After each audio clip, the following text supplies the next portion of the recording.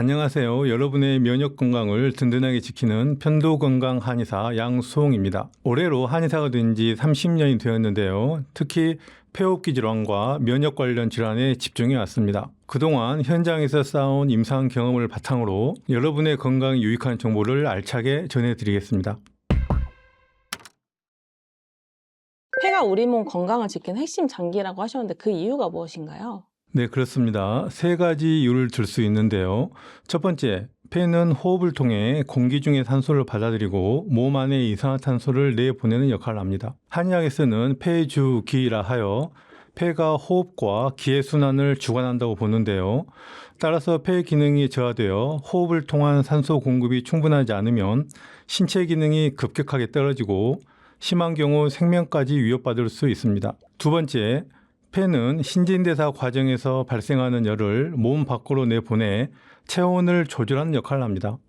이러한 폐의 작용을 한의학에서는 숙광이라고 하는데요.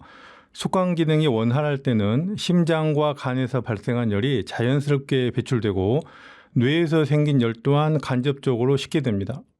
하지만 숙광 기능에 이상이 생기면 심장과 간에 열이 쌓이게 되고 그 기능도 떨어지게 됩니다. 또한 이 열은 다시 폐를 건조하게 만들어 만성 폐 질환을 일으킬 수 있습니다. 결국엔 온 몸이 염증이 발생하기 쉬운 상태에 빠지게 됩니다. 세 번째, 폐는 우리 몸의 면역 기능에서 선봉장 역할을 합니다. 외부 물질이 출입하는 곳에는 면역 기능이 집중되어 있는데 그 대표적인 곳이 바로 폐입니다. 따라서 폐의 기능을 건강하게 유지해서 외부 유해 물질과 병원체를 잘 방어하는 것은 전신의 건강을 지키고 생명을 유지하는 데 매우 중요합니다. 외부 유해 물질과 병원체에 의해 폐가 손상되면 전신의 면역 기능까지 떨어지게 됩니다. 특히 폐렴은 한국인의 사망 원인 중에서 암, 심혈관 질환에 이어 3위를 차지하고 있는데 사망 원인으로서의 폐렴은 단순한 감염증이 아니라 전신의 면역 기능이 폐에서부터 무너지기 시작했다는 것을 의미합니다. 결국 폐가 무너지면 우리 몸도 무너지게 되고 폐가 버텨주면 우리 몸도 버틸 수 있게 됩니다. 폐가 건조해지면 어떤 일이 생기게 되나요? 폐는 본래 촉촉하고 시원한 상태가 정상입니다.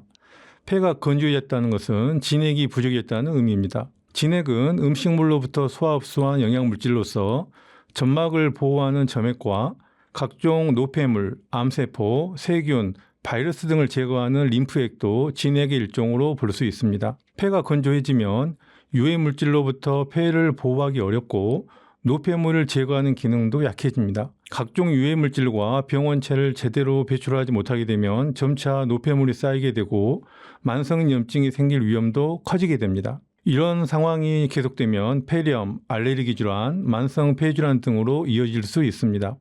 그렇다면 폐를 건조하게 만드는 원인들은 어떤 게 있을까요? 폐의 진액이 부족해지는 데는 세 가지의 원인이 있습니다. 첫째, 가장 큰 원인은 만성염증입니다. 염증은 외부로부터 침입한 각종 유해 물질과 병원체를 제거하는 정상적인 면역 반응으로 볼 수 있습니다. 하지만 이 과정에서는 많은 체액이 소모됩니다. 이런 염증이 반복돼 만성염증이 되면 폐의 진액은 더욱 빠르게 고갈됩니다. 둘째, 스트레스입니다. 스트레스는 장기간의 불안과 긴장 상태를 의미하며 스트레스가 지속될수록 평소보다 많은 진액이 소모되고 몸이 과열되기 쉽습니다. 진액이 고갈되면 노폐물 배출이 원활하게 이루어지지 않아 결국 만성염증으로 이어지게 됩니다. 셋째, 위장 기능의 저하입니다. 음식물로부터 소화 흡수한 영양물질이 바로 진액인데 위장이 약해지면 체내의 진액이 전체적으로 부족해지고 특히 폐가 타격을 받게 됩니다.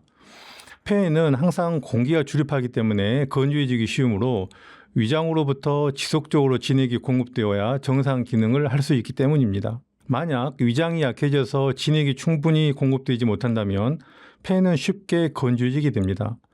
만성 폐질환을 앓는 환자분들 중에는 위장이 약한 분들이 많습니다.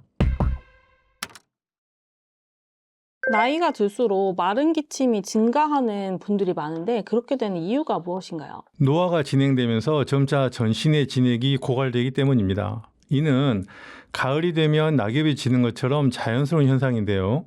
이때 가장 민감하게 반응하는 장부가 바로 폐입니다.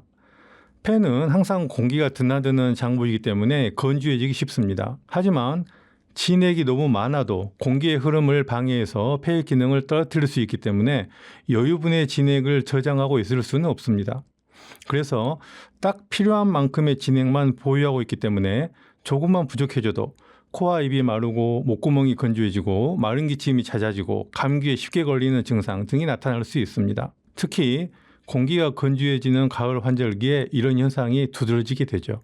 기침이 오래 가면 위험하다는 얘기가 있는데 어떻게 생각하시나요? 기침이 오래 지속된다는 것은 노폐물이 계속 발생하고 있거나 노폐물이 원활하게 배출되지 못하고 있다는 뜻으로 폐호흡기의 이상을 알리는 중요한 신호입니다. 다량의 가래를 배출하는 젖은 기침이 지속적으로 발생한다면 폐 속에서 노폐물이 계속 발생하고 있는 경우로 볼 수 있으며 만성 폐쇄성 폐질환 같은 만성염증성 질환을 의심해 볼 수 있습니다. 가래가 잘 나오지 않는 마른 기침이 지속적으로 발생한다면 폐 진액이 부족해져서 노폐물이 원활하게 배출되지 못하는 경우이며 천식, 폐기종, 폐암, 폐섬유화 같은 질환을 의심해 볼 수 있습니다. 젖은 기침을 오래 하다 보면 진액이 부족해져서 마른 기침으로 변하는 경우도 있습니다. 목에 가래가 막 붙어 있는 것처럼 이물감이 느껴지는 분들도 있는데 이럴 때는 어떻게 하는 게 좋은가요? 목에 가래가 붙어 있는 것 같은 이물감이 드는 증상을 한방에서는 매핵기라고 하는데요. 이는 매실의시가 목에 걸려 있는 것 같은 느낌을 의미합니다. 이런 매핵기에는 크게 세 가지 원인이 있습니다. 첫째, 폐의 진액이 부족해진 경우입니다. 각종 감염이나 스트레스 등으로 폐의 진액이 부족해지면 코나 목이 건조해지고 이로 인해 목에 이물감이 생길 수 있는데요. 이때는 진액을 보충해 폐를 촉촉하게 해주는 맹문논차가 도움이 되고 염증과 가래를 완화시켜주는 도라지차도 좋습니다. 항염 작용을 하고 점막을 보호해주는 꿀물 역시 효과를 볼 수 있습니다. 둘째, 실내가 건조하거나 수분 섭취가 부족한 경우입니다. 실내 습도를 적절히 유지하고 수시로 물을 마셔 수분을 보충하는 것이 좋습니다. 셋째, 역류성 식도염이 있는 경우입니다. 위산이 목까지 올라오면 점막을 자극해 목이 칼칼하거나 가리가 낀 듯한 느낌이 나타날 수 있습니다. 이럴 때는 역류성 식도염을 먼저 치료하고 지나치게 맵거나 짠 음식을 피하는 것이 좋습니다. 폐 건강이 나빠졌을 때 발생하는 어떤 최악의 질환 이런 것들은 어떤 게 있을까요? 폐는 원래 촉촉하고 시원해야 제 기능을 할 수 있는 장부입니다.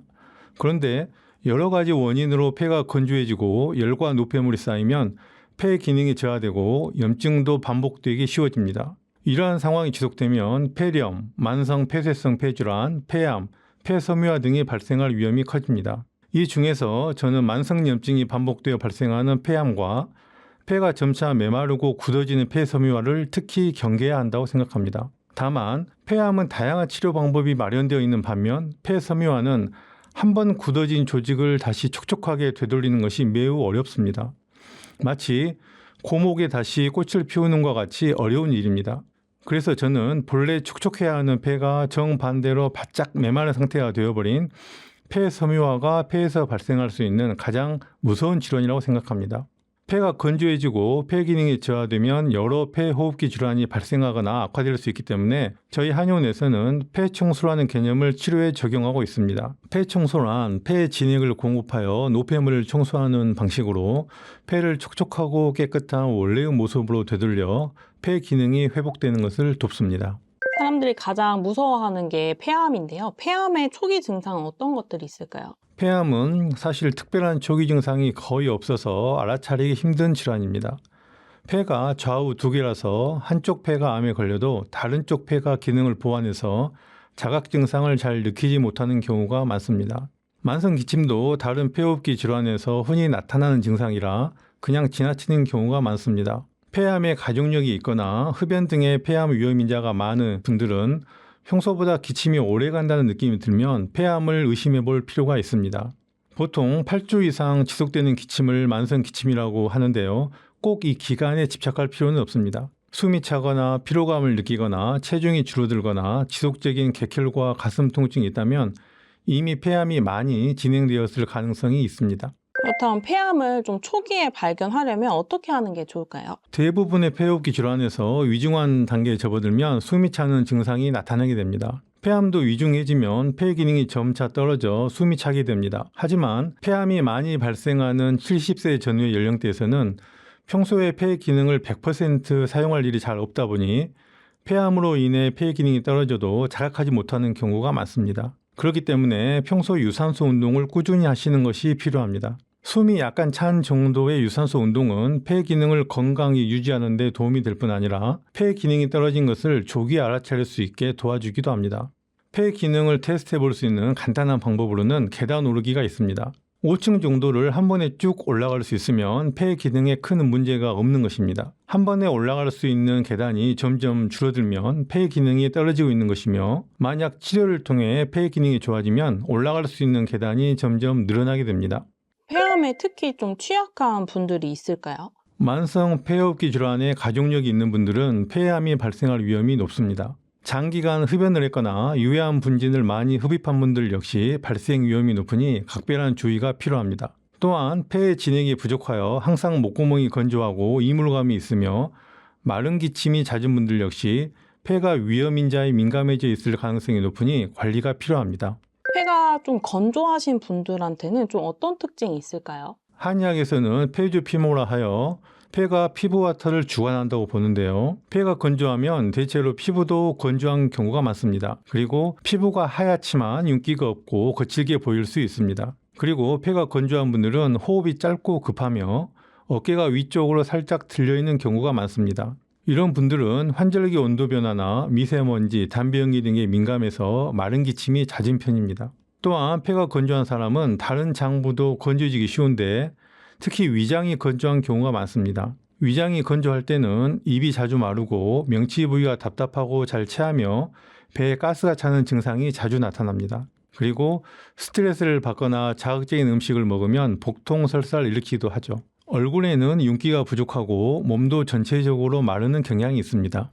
편도가 약한 사람이 폐암을 좀 조심해야 된다고요. 네, 그렇습니다. 편도는 몸의 면역 상태를 보여주는 신호등과 같은 곳입니다. 편도는 흔히 면역력 저하, 세균이나 바이러스로 인한 감염 또는 류머티즘 같은 자가면역 질환 등으로 인해 붓는 경우가 많습니다. 따라서 편도가 자주 붓거나 늘 부어 있다면 몸속 어딘가에 만성염증이 있을 가능성이 크고, 이로 인해 림프계가 계속 과로를 하고 있다고 볼 수 있습니다. 이런 상태에서는 림프의 순환이 원활하지 않게 되고 면역세포가 암세포나 병원체를 감시하고 제거하는 능력이 떨어지게 됩니다. 이는 결국 잦은 감염증과 폐암 등을 유발할 수 있습니다.